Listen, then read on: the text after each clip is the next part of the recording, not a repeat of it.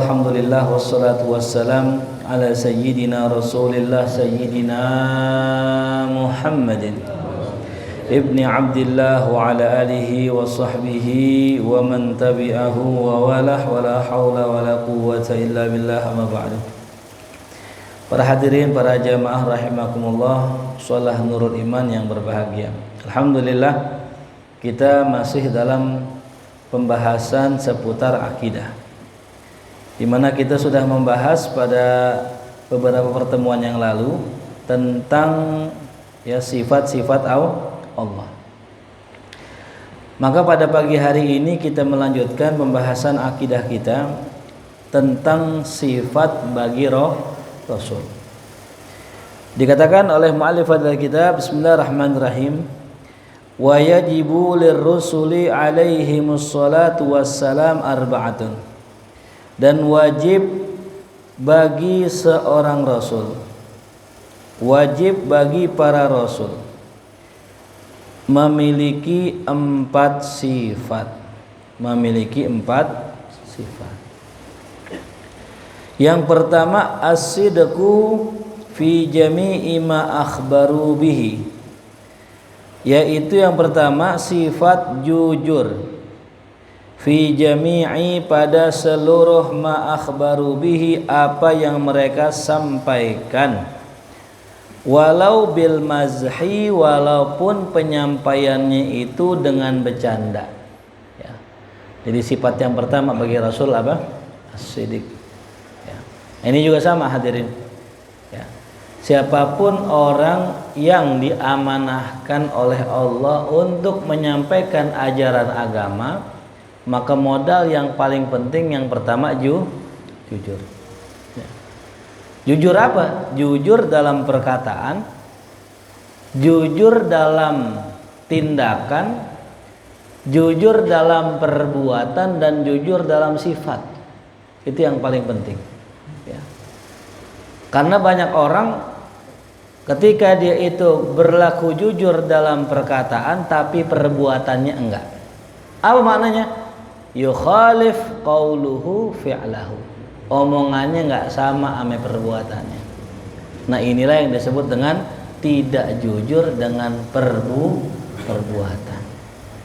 Jadi kalau dia mengatakan ittaqullah, takutlah kepada Allah, ya perbuatannya takut sama Allah. Kalau dia mengatakan apa? Taqarrab ilal jannah, mendekatlah ke surga, perbuatannya mendekatkan dirinya kepada surga. Jadi nggak ada beda antara perbuatannya dengan perkataannya. Itu namanya jujur dalam perbuatan. Ada lagi jujur apa tadi? Dalam sifat ya. Hatinya nggak beda sama omongannya. Dia berbicara sesuai dengan kondisi hatinya itu ya. Nah, ini namanya as-sidq ya. Ini adalah modal utama bagi seorang dai dalam berdakwah di jalan Allah. Makanya begitu pun Nabi kita Muhammad sallallahu alaihi wasallam ya. Dari kecil udah terkenal orang yang jujur, maka digelari beliau dengan Al-Amin ya. Ini para hadirin ya. Jadi apa yang disampaikan itu pasti benar, walau bil mazhi, walaupun dengan wasilah bercanda ya. Dikatakan kalimat al-mazah di sini al-inbisat ma'al ghair min ghairi idha'in lahu ya, yaitu bersikap santai kepada orang lain tanpa menyakiti dirinya ya. Jadi bercanda yang dibenarkan dalam Islam, bercanda ala Rasulullah sallallahu alaihi wasallam, adalah kita bercandain orang tapi orang yang kita bercandain nggak sakit hati gitu ya.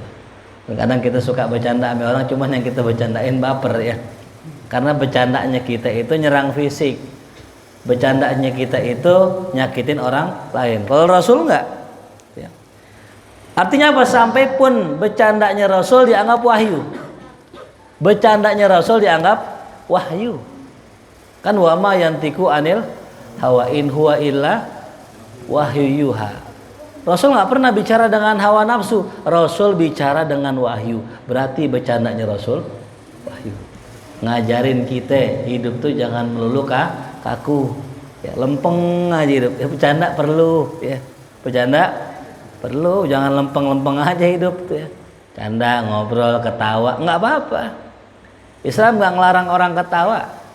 Cuman satu kalau bisa ya, ketawa jangan keras, jangan banyak. Kenapa? Yumitul qalba, ketawa banyak itu bisa matiin hati. Gitu ya. Jelas ya. Nah, cuman apa sih maknanya ketawa? Ya seneng, farah, girang. Nah, girang nggak salah. Ya, kan bentuk ekspresi girang biasanya ketawa. Gitu. Nah, ketawanya ini yang dipermasalahkan gitu ya. Kama akhrajahu Tabrani min hadis Aisyah radhiyallahu anha, sebagaimana Imam Tabrani mengeluarkan hadis dari Sayyidah Aisyah radhiyallahu anha, anna Nabi sallallahu alaihi wasallam atathu ajuzun minal ansar. Kata Sayyidah Aisyah, suatu hari baginda Rasulullah sallallahu alaihi wasallam kedatangan seorang perempuan tua dari orang Ansor. Ya, orang Ansor ini orang Madinah. Kedatangan nenek namanya Ajuz. Ya, namanya Ajuz. Kalau laki-laki ya Syaiban ya. Orang biasa bilang Sebe. Sebe itu maksudnya Syaibah, udah beruban ya. Kalau laki-laki apa? Syekh ya, nyebutnya Syekh ya. Faqalat, maka tuh perempuan bertanya, dia berkata kepada Rasulullah SAW, ya Rasulullah, ud'ullaha li an yudkhilanil jannah. Ya Rasul, berdoalah untukku agar Allah masukin aku ke dalam surga. Ini nenek-nenek minta doa agar masuk apa? Surga. Apa kata Rasulullah? Faqala innal jannata la yadkhuluha ajuzun. Wahai nenek, sesungguhnya surga kagak akan masuk nenek-nenek ke dalamnya. Summa dhahaba. Habis ngomong begitu, Rasul langsung pergi. Fa shalla, kemudian sholat. Summa roja'a, kemudian Rasulullah pulang. Ya. Jadi habis ngomong begitu, langsung ditinggal sama Rasulullah. Ya, wahai nenek, ya kalau bahasa kitanya di surga kagak ada nenek. Faqalat Aisyah, ketika Rasul pulang dari masjid sholat tadi, apa kata Sayyidah Aisyah? Ya, laqad laqitu min kalimatika masyaqqatan wa syiddatan. Ya Rasulullah, sungguh aku mendapati dari kalimat-kalimatmu itu kalimat yang masyaqqah, memberatkan orang dan menyakitkan. Ya. Ini dalam riwayat yang lain disebutkan bahwa itu nenek-nenek pikiran. Habis dikata Rasul di surga kagak ada nenek-nenek. Di nenek-nenek pikiran sampai nangis, sampai lapor kepada istri Rasulullah. Barulah kata Siti Aisyah, ya Rasulullah, itu nenek-nenek nangis ya Rasulullah. Akibat ucapanmu tadi itu ya. Faqala, kemudian Rasul katakan, inna dzalika kadzalik. Ya memang di surga ya begitu. Ya. Innallaha idza adkhalahunnal jannah, sesungguhnya Allah apabila masukin tuh nenek-nenek ke dalam surga, hawwalahunna abkara, Allah rubah mereka menjadi perawan lagi. Alhamdulillah. Yang engkong-engkong, aki-aki rambutnya udah putih, giginya copot, masuk surga muda lagi. Alhamdulillah. Ada yang nanya, Ustadz kalau giginya udah copot masih muda gimana? Apa balik lagi tuh? Kan orang kalau masuk surga itu nanti kisaran umurnya 30 sampai 35. 30 sampai 35. Udah matang-matangnya dah, udah nggak bakal numbuh lagi segitu dah. Ya. Nah, jadi hadirin, ya, ketika orang masuk ke dalam surga, semuanya dirubah menjadi muda tuh ya. Waqad qala, dalam kesempatan lain Rasul pernah mengatakan, inni la amzahu wa la aqulu illa haqqan. Sesungguhnya aku itu suka bercanda dan tidaklah yang aku katakan melainkan itu semua benar. Jadi bercandanya Rasul beneran.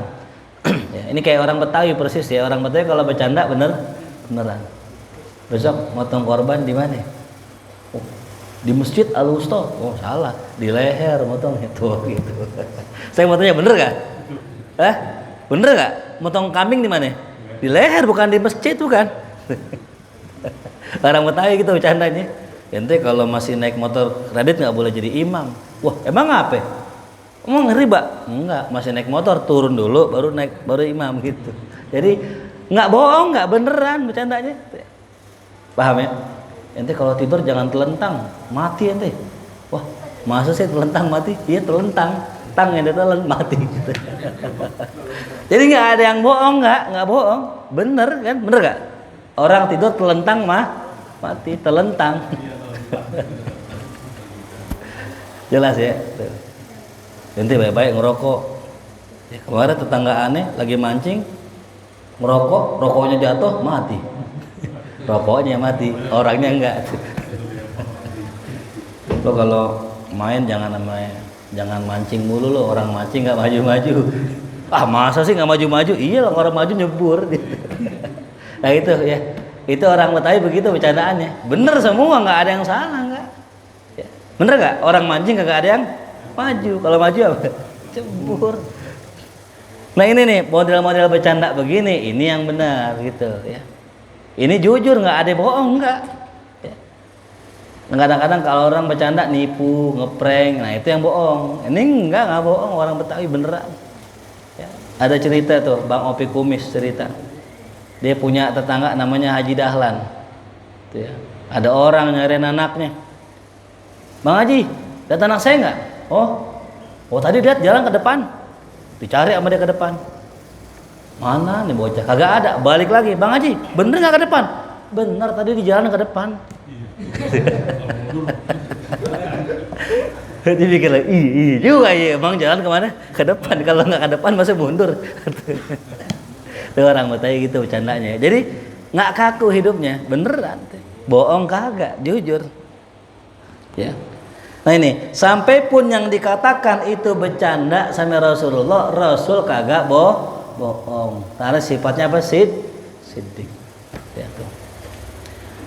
Dalam kesempatan lain suatu hari baginda Rasulullah SAW kedatangan seorang perempuan Ansor. Ya Rasulullah, ya, doain suami saya, tolongin suami saya Rasulullah. Oh, suami ibu yang matanya ada hitam-hitamnya kan? Enggak ya Rasulullah, suami saya normal. Enggak ada hitam-hitamnya. Enggak ya Rasulullah. Coba apa pulang ke rumah, dipulang untuk mama pulang ke rumah dilihatin lakinya. Ya. Enggak, biasa-biasa aja matanya.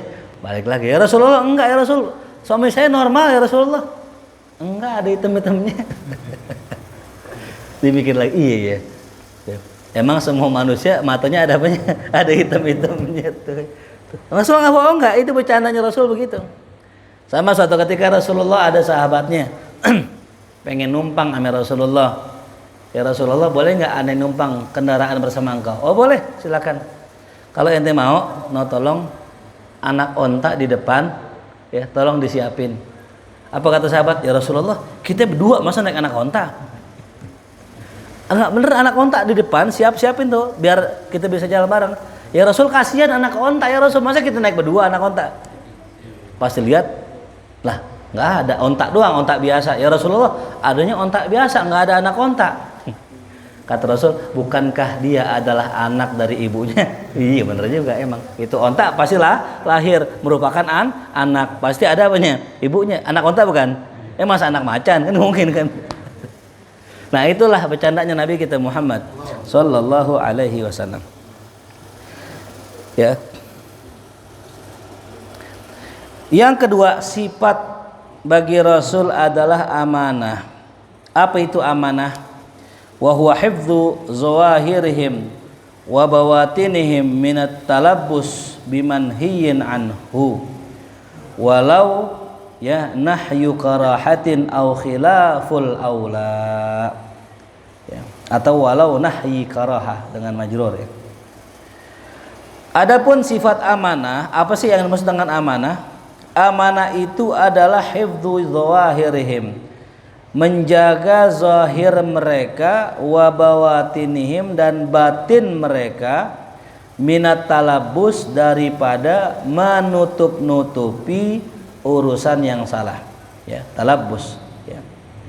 Bimanhin ahu, dengan perkara yang dilarang. Jadi orang amanah itu zahirnya sama batinnya sama, nggak ada yang ditutup-tutupin, ya. Dia mungkin dia punya kerjaan jelek, ditutupin, namanya nggak amanah, ya. Makanya seorang dai, seorang ustadz, seorang muallim itu harus nih memiliki sifat apa? Amanah. Antara perbuatannya dengan sikapnya sama, tidak ada yang ditutup-tutupin, ya. Contoh misalnya, ada yang nanya Mas, Ustadz, kalau orang selingkuh itu apa sih cirinya selingkuh? Ya. Apakah kalau kita chattingan atau WA-an itu termasuk selingkuh? Nah, ya. Selingkuh itu hadirin, itu diantara cirinya adalah kita menutupi perkara itu dari istri kita. Itu sudah termasuk bagian dari selingkuh. Kita tutupin. Kenapa kita tutupin? Karena kita tahu salah. Jadi perbuatan yang kalau kita malu orang lain tahu, maka itu perbuatan salah. Jelas ya? Jadi kalau kita mengukur baik buruk sebenarnya mudah. Ente malu gak ketahuan sama orang? Kalau kita malu ketahuan sama orang, ada indikasi apa? Salah. Yang kedua, mungkin ada orang yang nggak tahu malu, ya kan? Dia jalan sama cewek, jalan aja, dia nggak punya malu. Maka kadang ukurannya apa? Mahaka fi sadrik. Maksiat itu dikatakan maksiat adalah sesuatu yang bikin dada kita nyesek, ya, yang bikin kita nggak nyaman. Makanya kenapa kalau orang ceramah, orang ngajar itu bisa bikin sakit, kalau yang diajarkan tidak diamalkan, itu bikin sakit. Berat di hati. Nyampainya apa? Berat, karena antara perkataannya dengan perbuatannya tidak sama. Ketika berat menyampaikannya, ujung-ujungnya sakit. Coba kita kalau pura-pura kan capek ya. Kenapa sih kok Ustadz kalau ngajar ke sono ke sini kuat gitu? Karena apa yang kita sampaikan, yang kita amalkan, selesai, udah gitu. Nggak berat nyampein. Tapi kalau yang kita sampaikan bukan yang kita amalkan, apalagi bertentangan jauh, orang normal, orang hatinya bersih pasti nggak kuat.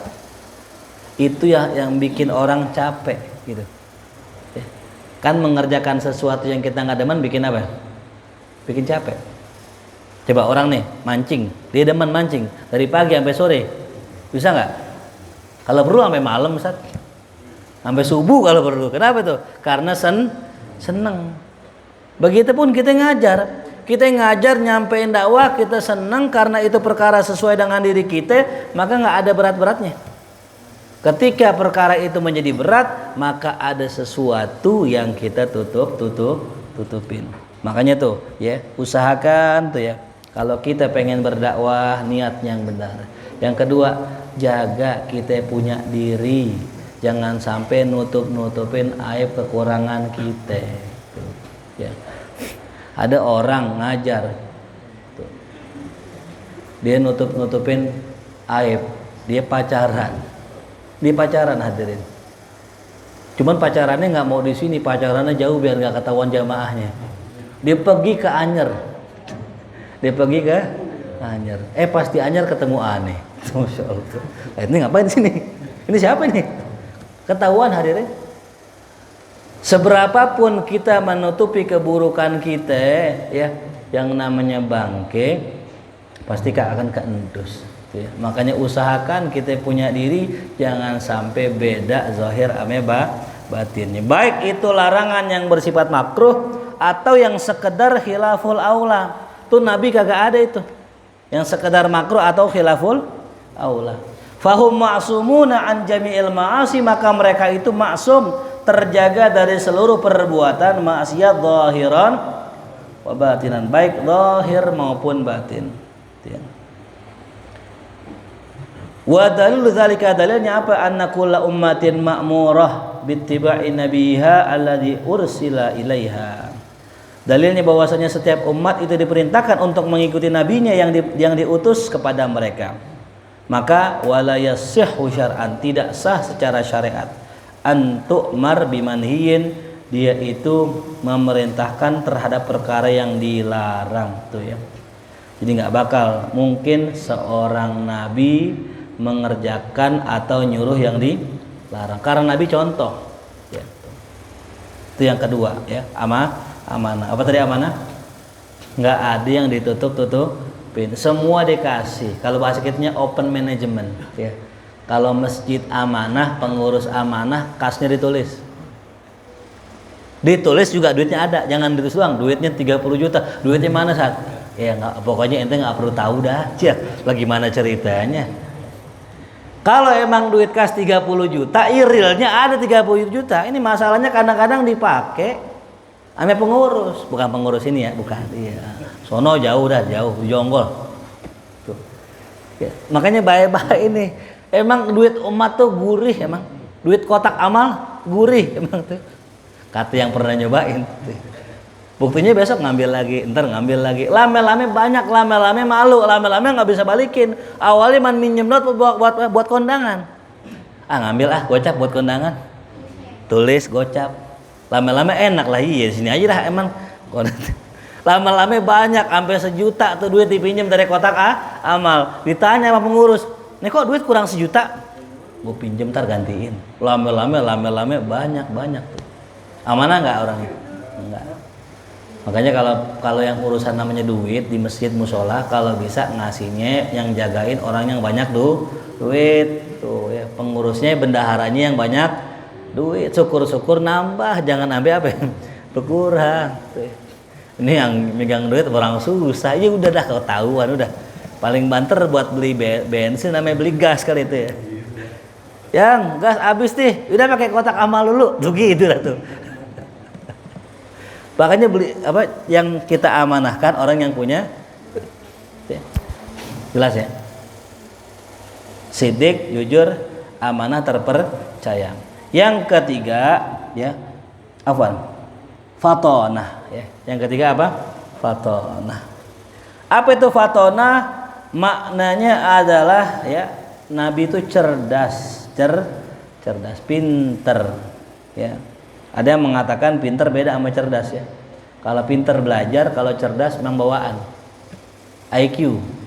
Ya, di atasnya cerdas ada yang namanya jenius. Nah ini para nabi. Itu. Bagaimana jeniusnya Rasulullah SAW? Rasul pernah suatu hari beliau itu menengahi permasalahan umat. Jadi setiap kabilah pengen masang Hajar Aswad.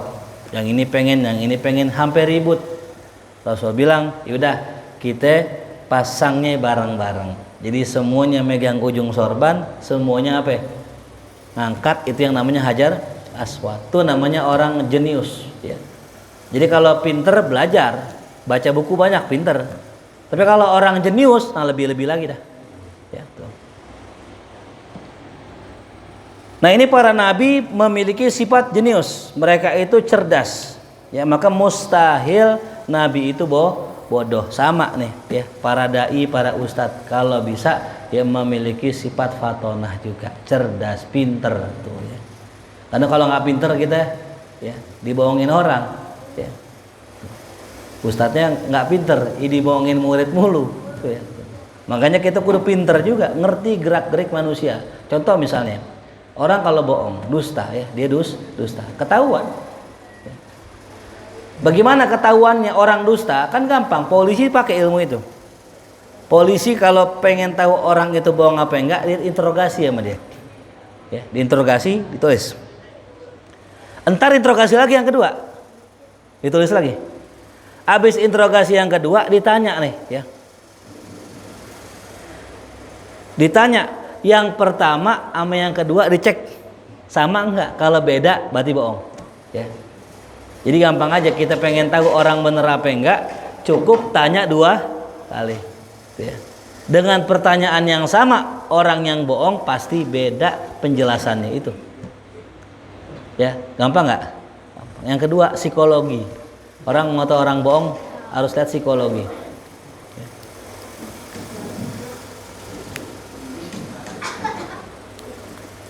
Contoh misal, kenapa polisi tahu kalau kita nggak bawa STNK, kita nggak punya SIM? Dari mana polisi tahu? Kan polisi tahu aja kayak kasyap di polisi ya. Kita nggak bawa SIM nih, nggak bawa STNK. Udah polisi tahu aja tuh. Dari mana taunya? Dari perilaku, psikologi kita. Orang kalau salah naik motor nggak bawa SIM, nggak bawa STNK, pasti dia ketika lihat polisi langsung gugup. Langsung ngumpet di balik mobil. Nah, ini nggak punya SIM nih. Makanya saya kalau naik motor ya, pernah suatu kali kita naik motor, kebetulan motornya emang la haula wala quwata udah. Emang ada motor lain, motor itu doang ada tuh. Ya. Nah, jalan naik motor, tenang aja, santai, aman. Bahkan kita nyamperin polisi lagi. Polisinya kita apa ya? Kita samperin. Dia lagi nilang nih, kita samperin aja polisinya. Aman lewat. Coba kalau kita panik, ketahuan. Nah sama, orang kalau bohong gitu, ketahuan dari mukanya, panik. Ya, panik. Karena muka nggak bisa dibohongin. Orang kalau senang kelihatan dari muka, sedih kelihatan dari muka, begitupun takut kelihatan dari muka. Gitu. Nah ini pentingnya kita sebagai seorang dai, sebagai seorang guru mempelajari ilmu psikologi. Ya. Jadi orang tahu, nih orang senang apa enggak, nih orang bahagia apa enggak, nih orang masuk apa enggak, ilmunya ketahuan dari mukanya. Kalau yang ngaji begini aja, nah ini ngantuk nih. Ya. Ngaji begini aja tuh dari pagi. Namanya apa? Ngantuk. Bukan husuk, bukan husuk, beda. Bukan husuk, bukan. Ngantuk manusiawi itu ya. Nah, kita paham yang mana yang ngantuk, yang mana yang bisa, yang mana yang enggak, yang mana yang ngerti, yang mana yang enggak. Tuh kita paham.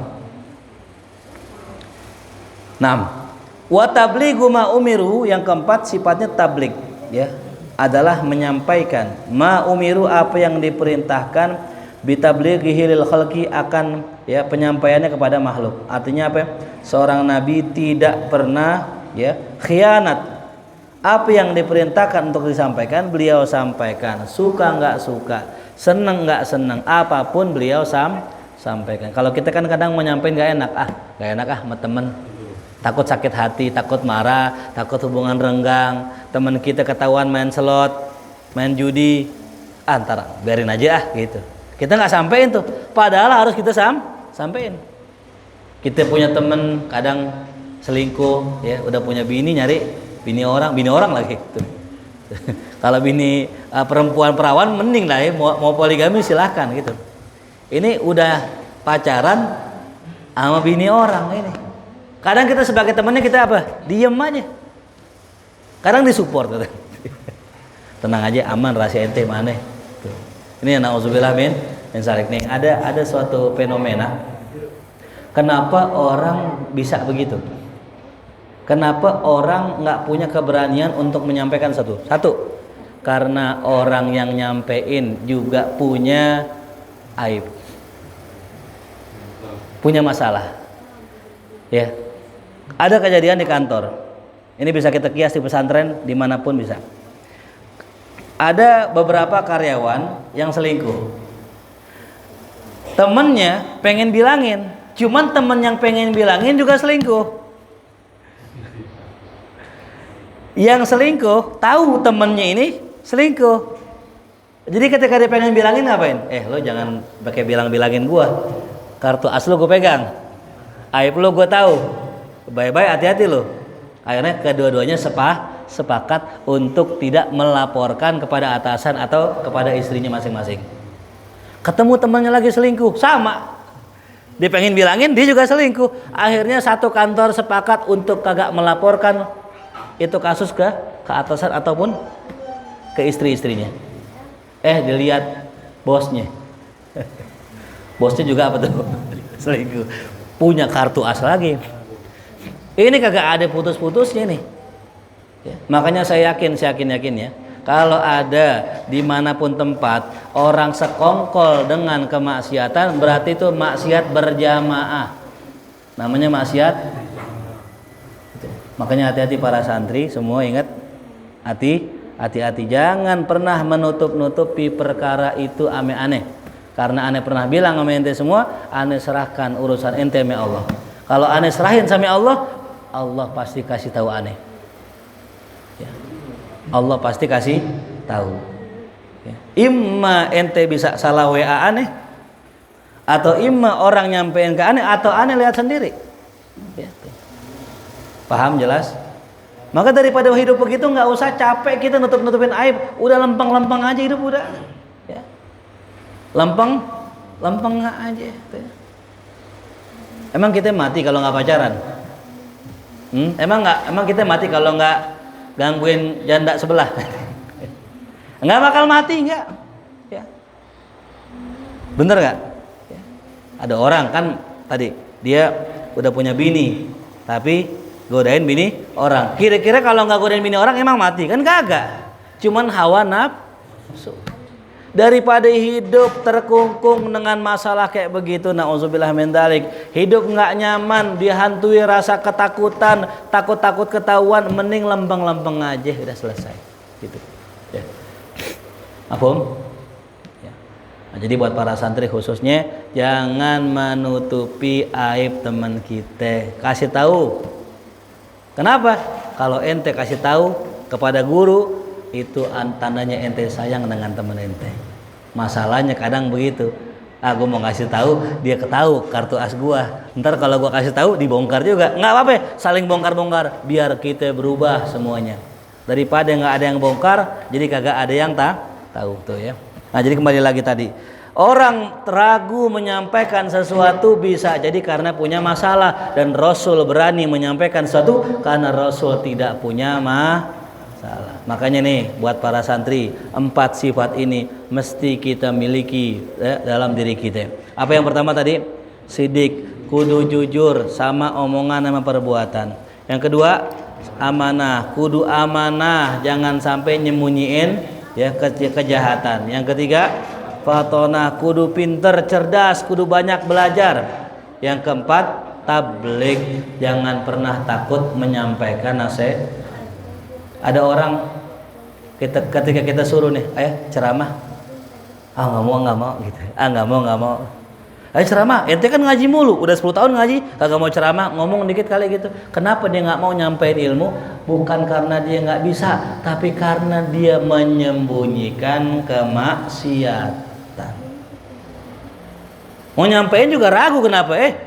Ente jangan begini, dia begitu. Ente begono, dia begono. Ragu, makanya belajarnya lama, ngajinya lama, nggak bisa. Kenapa? Karena mentok sama dirinya sendiri. Tapi masih syukur, alhamdulillah dia masih punya rasa malu nyampein yang nggak dia amali atau yang dia sedang kerjakan. Ya. Daripada orang yang maksiat tapi nggak malu-malu nyampein. Jangan nyolong, tapi kerjaannya nyolong. Tapi ngelarang orang apa? Jangan nyolong. Nauzubillah min. Mending yang pertama masih punya malu. Tapi para santri semua kalau bisa tadi ya, tuh, jaga kita punya diri. Biar apa yang kita sampaikan itulah yang kita sudah amalkan. Atau biar apa yang kita larang itu yang sudah kita tinggal tuh ya. Nah, jadi 4 sifat ini adalah sifat buat para rasul. Adapun yang mustahil buat mereka, yang pertama kazib, dusta. Nggak mungkin nabi dusta.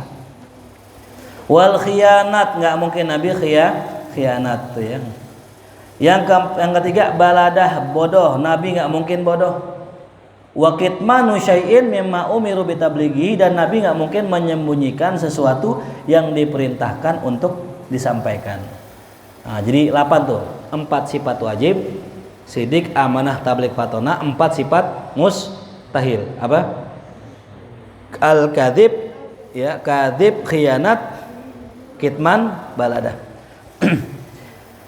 Yang selanjutnya wa yajuzu fi haqqihim, dan yang boleh pada hak mereka sifatul bashar, adalah memiliki sifat kemanusiaan.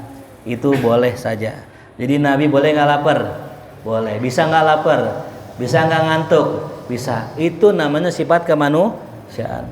Yang mana sifat kemanusiaannya la tankusu bisababiha maratibuhumul aliyah. Yang mana sifat kemanusiaan itu tidak mengurangi dengan sebabnya akan derajat ketinggiannya. Seperti apa ya? Makan. Ya. Nabi makan nggak? Makan. Itu sifat manusia. Ya. Syurub, minum. Nabi minum. Begitu marot, sakit. Ya. Nah, cuman sakitnya Nabi ini tolong ya, jangan sampai meyakini sakitnya menjijikan. Nggak ada itu. Jadi ada yang bilang tuh Nabi Ayub tuh kalau sakit ada belatungnya. Tidak ada. Nabi Ayub sakit, cuman nggak ada belatungnya. Ada yang mengatakan pas sholat belatungnya ditaruh dulu, habis sholat tempelin lagi belatungnya. Ini sudah mengurangi ya sifat Nabi yang tinggi. Jadi Nabi sakit, cuman sakitnya itu tidak mengurangi ketinggiannya ya. Sama Nabi kita Muhammad SAW pernah sakit Nabi. Sakit apa ya? Sakit meriang. Kenapa meriang? Gara-gara disihir sama orang Yahudi. Dari mana nyihirnya? Dari wasilah rambut Rasulullah. Makanya baik-baik kita sama orang dekat ya. Karena biasanya itu yang jahat siapa tuh? Orang dekat, nggak jauh-jauh. Orang jauh mah gak sempet. Jauh. Yang jahat siapa biasanya? Orang dekat. Sayyidina Hasan diracun sama siapa? Ame orang dekat. Sayyidina Abu Bakar diracun sama siapa? Ame orang dekat. Dalam artian orangnya dekat sama kita. Bukan dekat nasab, bukan. Sayyidina Umar ditikam sama siapa? Makmumnya di belakang, orang dekat. Gitu ya. Makanya hati-hati. Kata ulama ya al-aqrab aqrab. Ya al-aqrab aqrab. Itu beda ain sama hamzah tuh. Orang dekat itu akrab, kadang-kadang jadi apa ya? Kalah jengking gitu. Kalah jengking. Gitu. Bye-bye sama orang dekat ya. Sama juga omongan dukun gitu. Kalau ada orang kehilangan barang katanya apa? Ini orang dekat nih katanya. Emang kalau jauh nggak bisa nyolong satu. Jauh nggak bisa nyolong, kudu dekat dulu baru bisa ngambil. Tuh.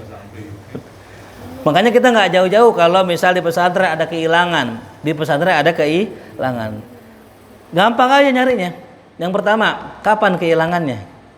Oh, kehilangannya tanggal sekian. Udah kita cek. Berarti santri yang lama nggak direken tuh. Siapa yang direken? Santri baru. Karena selama itu kagak ada nyolong. Pas datang santri baru kok ada yang kehilangan. Si fulan 5. Hilangnya di mana? Di sini. Oh berarti di situ ada siapa aja? Oh ada 3 orang. Udah 3, tinggal 3. Tinggal 3 kita tanya atu-atu. Ente nyolong nggak? Nggak gitu. Atu-atu kelihatan mukanya yang mana yang nyolong. Ya. Kelihatan tuh ya. Makanya mukanya rada gelap aja. Makanya kudu pintar kita sebagai seorang pimpinan, sebagai seorang guru ya, sebagaimana Nabi Sulaiman.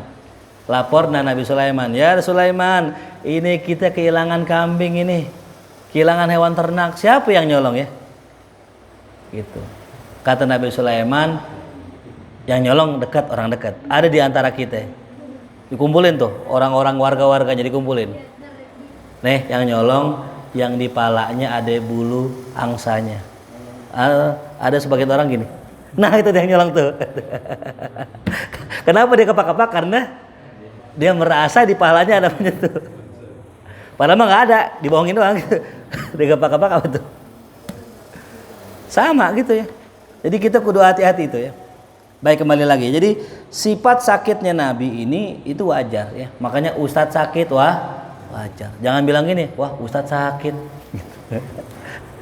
Kurang sakti kali ya gitu.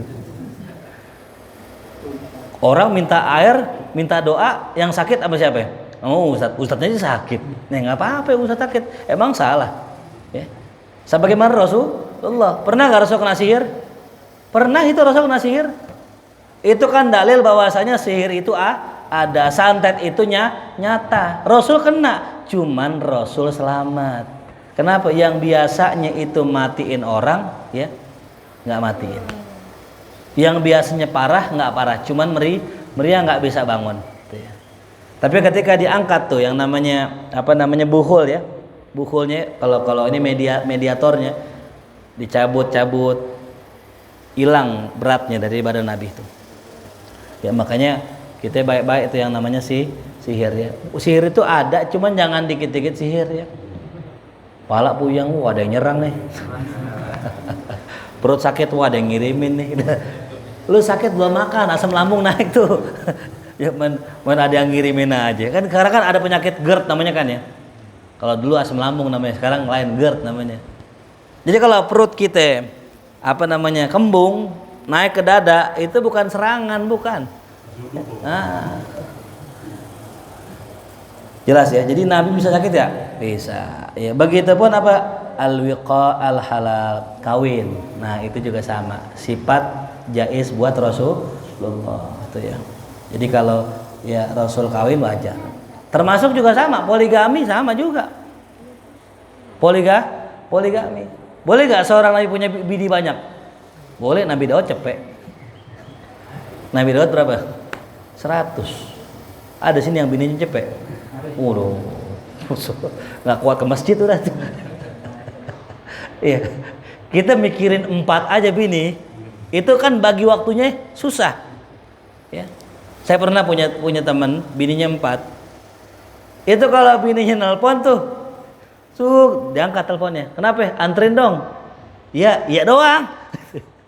Ternyata minta anterin dong. Iya doang. Ujungnya cerai, kawin lagi, nambah lagi 4 lagi itu. Ya, makanya kalau kita pengen bener poligami, contoh Rasulullah gitu.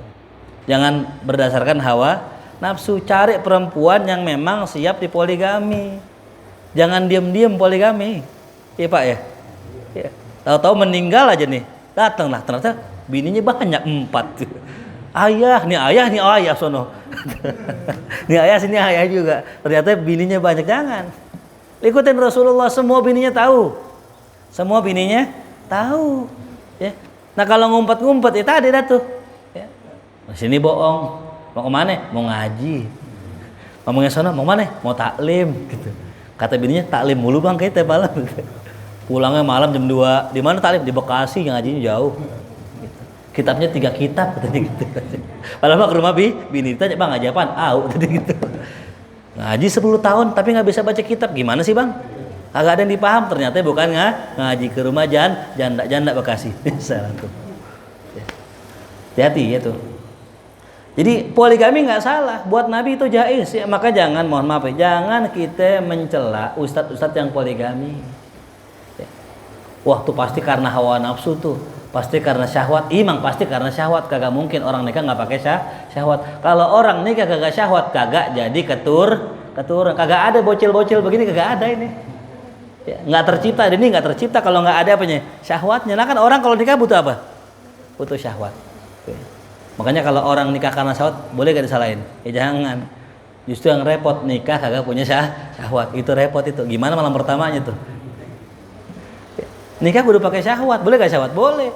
Maka syahwat yang dibolehkan dalam ajaran Islam adalah nikah. Bahkan syahwat tersebut bukan ngerasin hati, justru bisa melembutkan dia punya hati. Makin sering orang itu menikah dalam artian jima, makin bersih hatinya tuh. Ini yang ngomong bukan saya Pak, ulama dalam kitab tafsir Al-Qurtubi. Jadi kata ulama begitu hadirin. Ya, kalau orang jima hatinya bersih. Makin sering jima makin bersih. Kenapa? Karena itu dihalalkan sama Allah. Lain sama zina, lain sama maksiat. Makin sering maksiat, makin gelap kita punya hati itu. Nah itu ya. Jadi sifat ya Rasulullah yang jaiz 1 ya tadi itu ya. Wa ijma' ma'na hadhihi sifat kulliha qaulu la ilaha illallah Muhammadur Rasulullah. Dan semua sifat-sifat itu terhimpun di dalam kalimat la ilaha illallah Muhammadur Rasulullah. Apa maknanya? Semua sifat Allah terdapat dalam la ilaha illallah. Mustahilnya juga jaiznya terdapat dalam la ilaha. Begitupun Muhammad Rasulullah itu sifat bagi Rasul. Jadi kalau orang bilang la ilaha illallah Muhammad Rasulullah itu maknanya sangat-sangat luas ya. Maknanya semua yang tadi kita bahas ya. Wallahu alam bishawab. Ya, intinya begitu ya. Kita mesti membahas masalah ini biar jangan sampai nauzubillah kita murtad tapi nggak sadar. Malam kita bahas tuh. Orang murtad gara-gara apa? Gara-gara ngeremehin Nabi, bercandain Nabi, ya, ngehina Nabi, nauzubillah. Ya. Jadi pelajarannya penting buat kita, jangan sampai nauzubillah ya kita murtad gara-gara kita kagak ngerti ilmu. Apa sih murtad kan gampang, tinggal syahadat lagi. Iya betul syahadat lagi, tapi amal ibadah kita angus. Pernah sholat dari kecil, ibadah dari kecil kan banyak tuh pahalanya tuh, angus. Ya Allah ya Karim. Ya. Orang menghina Nabi, ya, menghina malaikat, angus hadirin pahala puasa kita, sholat kita yang kerja-kerjakan dari kecil. Saya nggak dari nol lagi kita. Makanya hindari jangan sampai kita mengerjakan perbuatan yang membuat kita murtad. Ya Allah a'lam. Mungkin sebelum kita tutup ada yang mau bertanya, silakan.